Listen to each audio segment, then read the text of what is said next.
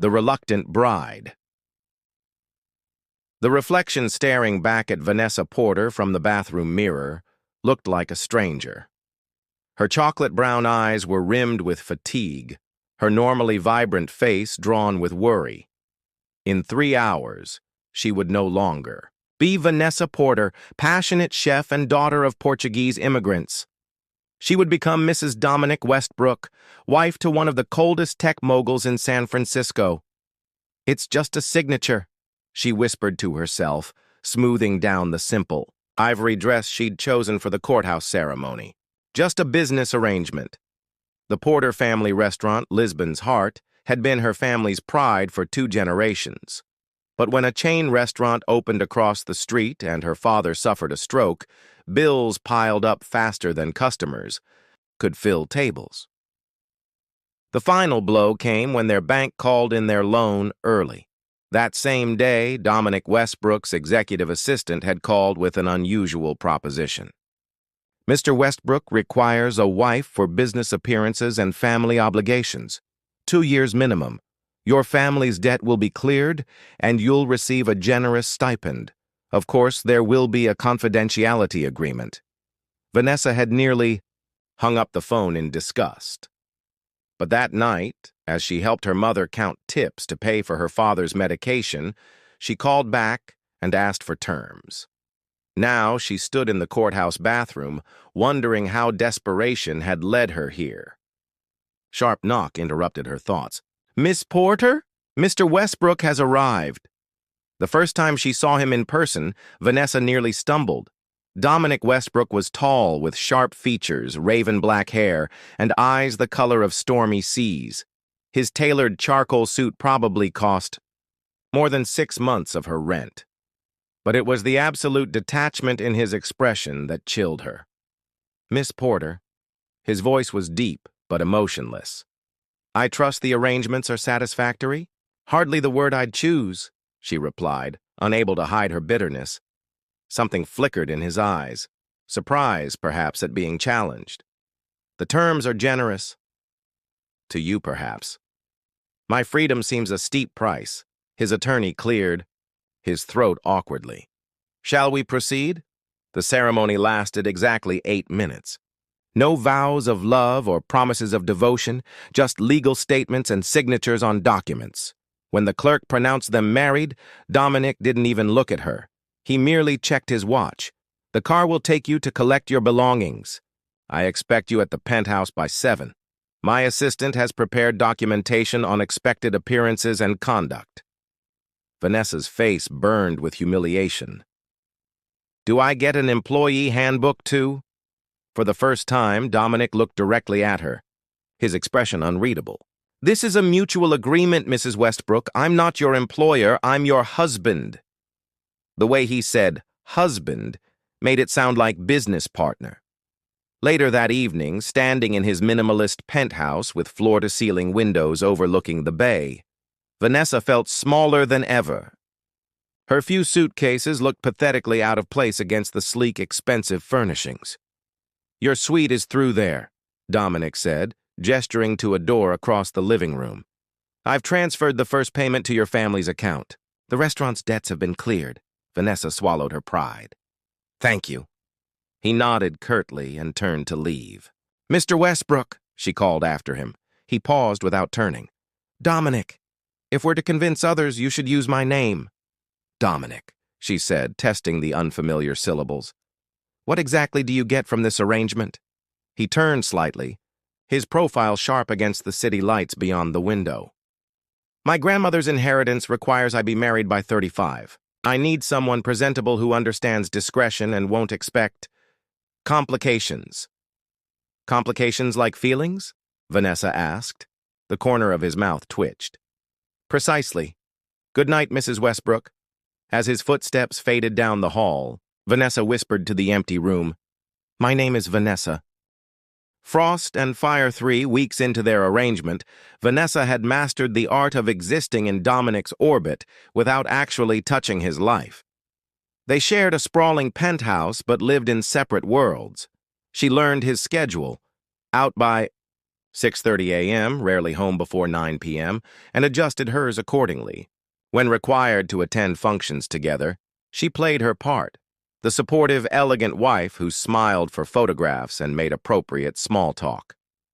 What surprised her most was how deeply lonely his world seemed. No friends called, no family visited. His staff maintained a professional distance that bordered on fear. One rainy Tuesday, Vanessa was experimenting with a new pastry recipe in the kitchen, the one room Dominic never entered, when his assistant Philip called. "Mrs. Westbrook, there's been an incident. Mr. Westbrook's father has been hospitalized. Mr. Westbrook is on his way there now." "His father?" Vanessa repeated, flour dusting her hands. "He's never mentioned a father." "They're estranged," Philip said carefully. "But as his wife, your presence would be expected." An hour later, Vanessa walked into San Francisco Memorial's cardiac unit. She spotted Dominic immediately, standing rigidly by a window, speaking in clipped tones to a doctor. "Mild heart attack," she overheard. "He'll recover, but he needs rest and reduced stress." Dominic's voice was tight. "When can he be discharged?" "Tomorrow, perhaps, but he shouldn't be alone." "I'll arrange a nurse." The doctor frowned. "Family support is often more beneficial than a nurse will suffice." Vanessa stepped forward. "I'm Vanessa Westbrook, Dominic's wife. Perhaps his father could stay with us during recovery?" Both men turned, clearly startled by her presence. The storm that crossed Dominic's face would have made most people retreat, but Vanessa met his gaze steadily. "A word, please," he said, leading her to a quiet corner. "What are you doing here?" "Being your wife," she answered simply. "Isn't that what I'm paid for?" His jaw tightened. "This isn't a scheduled appearance." "Your father is ill. Of course I would come." "You don't know him. You don't know our history." Vanessa stood her ground. "I know what it's like to have a sick father and not enough help."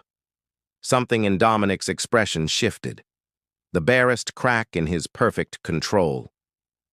Later that evening, against all expectations, Gerald Westbrook was installed in their guest suite. A distinguished man in his 70s with the same storm-gray eyes as his son, he regarded Vanessa with open curiosity. "So you're the woman who finally caught Dominic," he said when they were alone. "He never mentioned he was even dating anyone." Vanessa arranged his pillows. "Dominic is private about personal matters." Gerald chuckled weakly. "That's one way to put it. Closed off is another." Over the next few days, Vanessa found herself spending hours with Gerald. He was surprisingly warm, sharing stories of his late wife and their travels. She noticed he never mentioned Dominic's childhood. On the fourth night, she found Dominic standing in the doorway of the guest room, watching his sleeping father with an unreadable expression. "He's doing much better," Vanessa said softly. "His color has improved." Dominic didn't look at her. "You didn't need to do this." "I wanted to." "Why?" The question seemed to surprise even him. Vanessa considered her answer carefully.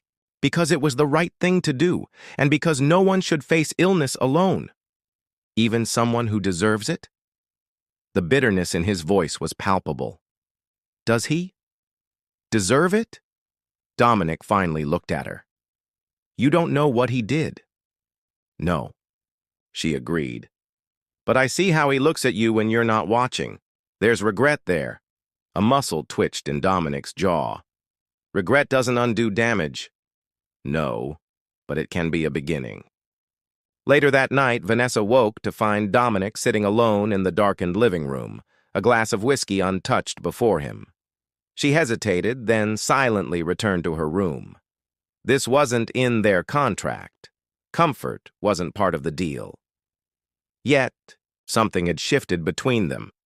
The next morning, when she brought coffee to the kitchen table where Dominic was working, he actually looked up. "Thank you," he said. Two simple words, but they hung in the air like something precious and fragile. Vanessa nodded and turned to leave. Vanessa, he called, the first time he'd used her name since their wedding. My father mentioned you're a chef. Was, she corrected gently. Before. He studied her for a moment. Before me, you mean? She didn't answer, but she didn't need to. The unspoken truth settled between them like the first snowflake of winter, beautiful and delicate, but harbinger of a coming change neither had anticipated. Cracks in the armor. Gerald Westbrook's 2-week stay transformed the penthouse. Rooms that had existed in pristine silence now echoed with conversation and occasionally laughter. Though Dominic maintained his punishing work schedule, he began, arriving home earlier, ostensibly to check on his father. One evening, Vanessa was showing Gerald photos of her family's restaurant when Dominic entered, loosening his tie. "What's this?" he asked, glancing at the tablet. Vanessa was telling me about Lisbon's Heart, Gerald explained. The restaurant layout was her design.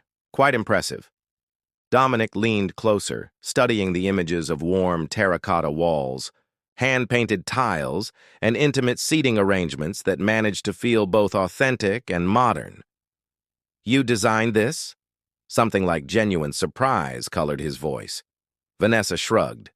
I studied interior design before the restaurant needed me full-time. The next morning, Vanessa found a business card on the kitchen counter. Elise Montgomery, Design Director, Westbrook Hospitality Group. Scrawled on the back in precise handwriting, she's expecting your call, D. When confronted, Dominic was, characteristically matter-of-fact. We're developing boutique hotels. Montgomery needs fresh perspectives. I didn't ask for your help, Vanessa said, torn between gratitude and indignation. It's not help. It's opportunity. His expression softened almost imperceptibly. You have talent. It shouldn't go to waste because of our arrangement. The interview with Elise went surprisingly well. The position was part-time consultant, allowing Vanessa to maintain her wifely duties while exploring her passion. What Vanessa didn't expect was how quickly she would fall in love with the work, or how attentively Dominic would listen when she talked about it. Their routine gradually shifted. Some evenings they would share dinner, discussing her design concepts or his latest acquisition. He remained reserved, but the Arctic chill had thawed to cool autumn. Then came the night Gerald returned to his own home. Vanessa expected the penthouse would revert to its former sterility. Instead, Dominic asked if she would join him for dinner. There's something I want to discuss, he said, in a tone that made her stomach tighten with anxiety. At an exclusive restaurant overlooking the bay, Dominic waited until after their main course before speaking. My father thinks our marriage is real. Vanessa set down her fork. I never told him otherwise. Neither did I. Dominic studied his wine glass. It seems disingenuous to correct him now, given his health. So we continue the charade. Yes. He hesitated. He's invited us to his home in Napa this weekend, his birthday. Vanessa considered the implication. A weekend together, maintaining their facade without the buffer of separate suites and busy schedules. If you'd rather not, Dominic began. I'll go, she interrupted. Your father has been kind to me. Something flickered in Dominic's eyes. Relief, perhaps, or something deeper. Thank you. The Napa estate was breathtaking, a Mediterranean-style villa nestled among vineyards. To Vanessa's surprise, several of Gerald's friends were also attending, meaning their performance would need to be convincing. That evening, as twilight painted the sky in watercolor hues, Vanessa stood on the terrace alone, savoring the fragrant air.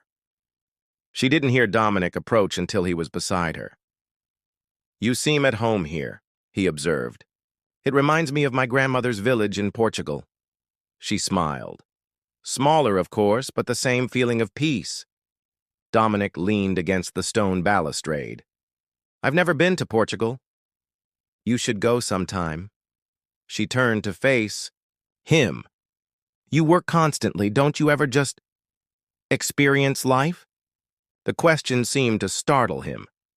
Work is my life. That's existing, not living. His expression darkened. Not everyone has the luxury of pursuing passions. It's not a luxury, Dominic. It's a necessity. Her voice softened. What do you love? Beyond acquisitions and profit margins? He remained silent so long she thought he wouldn't answer. Finally, he said, I used to sail before. Before what? Before I understood that dreams are for children and fools. The bitterness in his voice made her reach out instinctively, her hand covering his on the stone railing. He stared at their hands, but didn't pull away. Gerald's friends think we're in love, he said quietly. Vanessa felt heat rise to her cheeks. I've tried to be convincing. You have been. His eyes met hers. Too convincing, perhaps. Later, during dinner, one of Gerald's friends asked how they met. Before Vanessa could fabricate something appropriate, Dominic surprised her. She refused to be impressed by me, he said, the corner of his mouth lifting slightly. Most refreshing thing I'd encountered in years. When his hand found hers beneath the table, she told herself it was just part of their performance. But when his thumb traced small circles on her palm, sending electricity up her arm, Vanessa wondered if the lines between pretense and reality were beginning to blur for both of them. That night, as they prepared for bed in the suite they had to share, an awkward tension filled the space between them. I'll take the sofa, Dominic offered. Don't be ridiculous. The bed is enormous. Vanessa kept her tone practical despite her racing pulse. We're adults. We can share a bed without it meaning anything. As she lay in the darkness, acutely aware of his presence inches away, Vanessa realized with startling clarity that the golden chains of their contract had begun to tether more than just her circumstances. They had somehow anchored around her heart. Whispers and truths. The Napa weekend marked a subtle but definite shift. Back in San Francisco, their choreographed dance of polite distance faltered. Sometimes Vanessa would look up to find Dominic watching her with an expression she couldn't decipher. Other times, their hands would brush as they passed coffee or documents, the brief contact leaving an imprint of warmth that lingered. They still maintained separate rooms, separate lives, but the space between had grown permeable. Vanessa's work with Westbrook Hospitality flourished. Her Portuguese-inspired designs for their new boutique hotel earned praise from the entire development team. Only Vanessa noticed how Dominic's eyes lit up when she presented her concepts, though his verbal feedback remained measured and professional. The board approved your designs unanimously, he told her one evening as they shared a rare dinner at home. Elise says you're the best consultant they've worked with. Vanessa smiled, warmth blooming in her chest at his approval. Thank you for the opportunity. You earned it? His gaze lingered on her face. You've exceeded every expectation. The air between them seemed to thicken. Vanessa found herself wondering what might happen if she reached across the table and took his hand. Before she could gather her courage, his phone rang, another crisis at the office. The moment shattered, and Dominic was gone within minutes. 2 days later, Vanessa attended a fundraising luncheon for a children's hospital, one of her scheduled appearances as Mrs. Westbrook. She had grown comfortable in these settings, developing a quiet confidence in her role. As she chatted with the hospital director, she overheard a conversation from the next table. It's obviously a business arrangement, a woman whispered. Rebecca from Dominic's legal team said they have a contract. 2 years, then they dissolve the marriage. No wonder he never touches her in public, another voice added. Julian Reeves says Dominic's only married because of that inheritance clause. Vanessa's hands trembled around her water glass. She'd known there would be rumors. People in their circles were too shrewd not to speculate, but hearing them spoken aloud made her feel suddenly exposed, as if she were wearing a sign that read, "Fraud." She excused herself and retreated to a quiet hallway, drawing deep breaths to compose herself. This shouldn't upset her. Their marriage was exactly what those women described, a business arrangement, nothing more. So why did it feel like someone had plunged a knife into her chest? That evening, she returned to the penthouse to find Julian Reeves, Dominic's chief competitor and notorious corporate raider, sitting in their living room. Dominic stood by the window, his posture rigid with tension. "Ah, the lovely Mrs. Westbrook," Julian said, his smile not reaching his eyes. "We were just discussing you." Dominic's expression warned her to tread carefully. "Mr. Reeves, this is unexpected." "Julian has just presented me with an interesting proposition," Dominic said, his voice dangerously calm. "He's offering to buy controlling interest in Westbrook Technologies." "Hostile takeover sounds so aggressive," Julian purred. "I prefer to think of it as a mercy acquisition." "And what does this have to do with me?" Vanessa asked. Julian's smile widened. "Well, it seems your husband's shareholders are concerned about his judgment lately. First, the hasty marriage to forgive me, nobody from nowhere. Then rejecting 3 perfectly sound acquisition opportunities." "Get to the point, Julian," Dominic cut in. "The point, my dear Mrs. Westbrook, is that I know about your little arrangement." He pulled out his phone. "I have a copy of your contract. Fascinating reading. I wonder how the board would react knowing their CEO essentially purchased a wife," Vanessa felt the blood drain from her face. Dominic moved with surprising speed, standing between her and Julian. "You have 10 seconds to leave before I have security throw you out," he said, his voice like ice. Julian stood, straightening his tie. "Think about my offer, Dominic. When this scandal breaks, your stock will plummet. I'm being generous." After he left, silence engulfed the penthouse. Vanessa found her voice first. "How did he get the contract?" "Someone in legal leaked it." Dominic ran a hand through his hair, the first truly agitated gesture she'd ever seen from him. "I'll handle it." "What will you do?" "What I always do. Navigate the threat." "By which you mean?" His expression closed off. "The less you know, the better." Anger flared unexpectedly in Vanessa's chest. "Don't do that. Don't shut me out like I'm just another business complication." "Isn't that exactly what this is? A business arrangement?" His words cut like glass. "Isn't that what you overheard at the luncheon today?" So he knew about that too. Of course he did. Dominic Westbrook knew everything. "Yes," she admitted, her voice small. "But I thought we'd become something else too. Friends, maybe." Something flashed in his eyes. Pain, perhaps. "Friendship wasn't in the contract. Neither was caring about your father or designing your hotel or—" She stopped herself before saying what she truly meant. "Neither was falling in love with you." The realization hit her with stunning force. Somewhere between reluctant vows and shared dinners, between professional respect and quiet conversations, she had committed the one act forbidden by their agreement. She had developed feelings for the man who had bought her freedom with golden chains. "The annual tech awards are tomorrow night," Dominic said after a long silence. "Julian will be there. He'll expect us to cancel. And if we don't, then we convince everyone, including Julian, that our marriage is exactly what it appears to be." "And what does it appear to be, Dominic?" she asked, needing to hear him say it.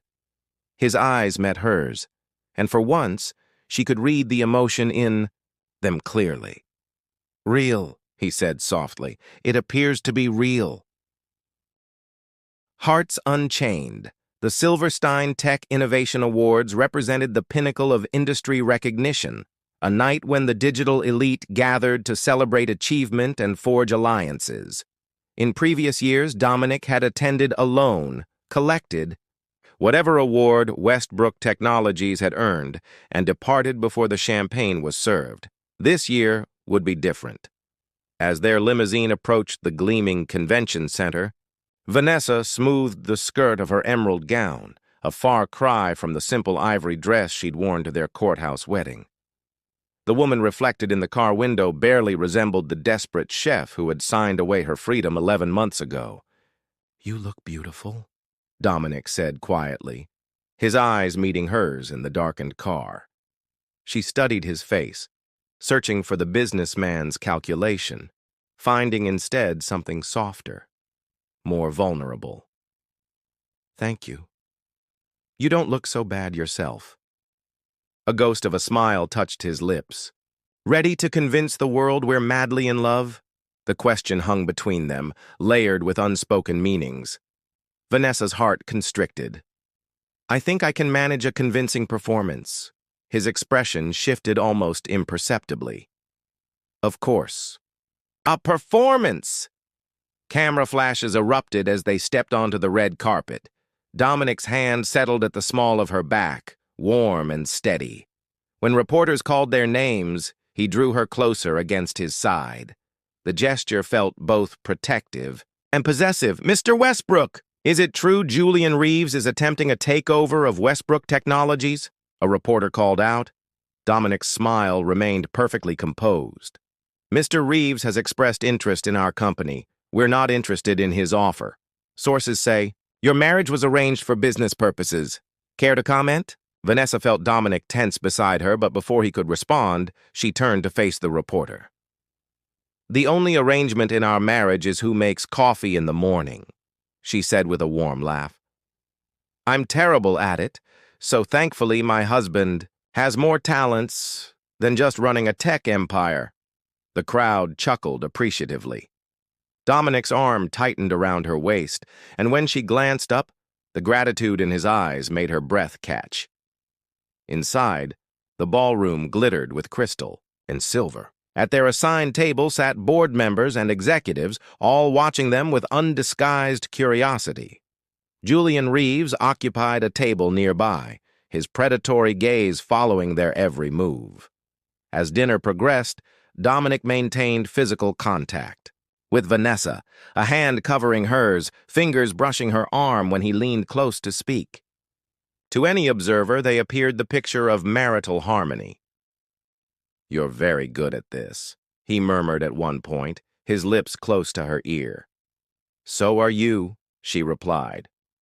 "Almost too good." Something flickered in his eyes. "What if it's not an act?" Before she could process his words, the award ceremony began. Westbrook Technologies was nominated for Most Innovative Security Platform, and as expected, they won. Dominic made his way to the stage, acceptance speech in hand. Westbrook Technologies was founded on a simple premise, he began, his voice confident and clear. That innovation thrives in environments of stability and trust. He continued with the expected acknowledgments of his team and board, but then his speech took an unexpected turn. "Many of you have heard rumors recently about my company, about my personal life." His gaze found Vanessa in the crowd. "Some have suggested that my marriage was a business decision. They're not entirely wrong." A murmur rippled through the audience. Julian Reeves leaned forward, a triumphant smile forming on his lips. "Meeting Vanessa was the best business decision I ever made," Dominic continued, "but not for the reasons you might think." He set aside his prepared remarks. "Before Vanessa, Westbrook Technologies was profitable but soulless. I was efficient but empty. She taught me that real innovation, in business and in life, comes not from cold calculation, but from authentic connection." Vanessa's heart hammered against her ribs. This wasn't part of their strategy. This wasn't pretense. "So yes, our beginning was unconventional," Dominic acknowledged. "But what matters isn't how a story begins. It's how it continues." His eyes locked with hers across the room. and I'd like ours to continue. Not as a contract, not as an arrangement, but as what it has become, the most real thing in my life." The ballroom fell silent. Julian Reeves's smile had vanished. The board members at their table exchanged shocked glances. Dominic stepped away from the podium, award in hand, and returned to their table. When he reached Vanessa, he knelt beside her chair, heedless of the hundreds of watching eyes. "The contract ends next month," he said, his voice for her alone. "I'd like to negotiate new terms." Tears blurred Vanessa's vision. "What terms did you have in mind?" "Permanent ones." He took her hand. "I know this isn't how either of us planned things. I know I'm not what you would have chosen, but somehow, in spite of everything, I've fallen in love with you." Vanessa Porter Westbrook. She could scarcely breathe. "Are you saying this for the audience?" "I'm saying it for you." His voice roughened with emotion. "Only you." In that moment, surrounded by the elite of an industry she had never belonged to, wearing borrowed jewelry and carrying a designer clutch, Vanessa finally felt the golden chains of their contract shatter. What remained wasn't obligation, but choice. "I think," she said carefully, "that your grandmother would be pleased with how her inheritance clause turned out." A rare, genuine smile transformed his face. "Is that a yes?" "It's a beginning," she replied, echoing words she had once spoken about his father. A real one this time. When he kissed her, the room erupted in applause, though neither of them noticed. They were too absorbed in the remarkable discovery that what had begun as a transaction had alchemized into something precious and authentic. Later that night, as they stood on the penthouse terrace overlooking the city lights, Dominic wrapped his arms around her from behind. "I have a confession," he said, his breath warm against her hair. "Another one?" she teased. "You're full of surprises tonight." "I've been having the penthouse renovated, the East Wing." Vanessa turned in his arms. "Why?" "It's being converted into a test kitchen. Professional grade. I thought perhaps Lisbon's heart could use a research and development space for new recipes, new beginnings." Tears welled in her eyes. "You did that for me? I want to be part of your world, not just have you in mine." His fingers traced the curve of her cheek. "No more golden chains, Vanessa. Just golden opportunities, together." As his lips found hers, Vanessa reflected that some contracts were meant to be broken, some arrangements destined to evolve, and some business decisions, as it turned out, could indeed become love stories after all.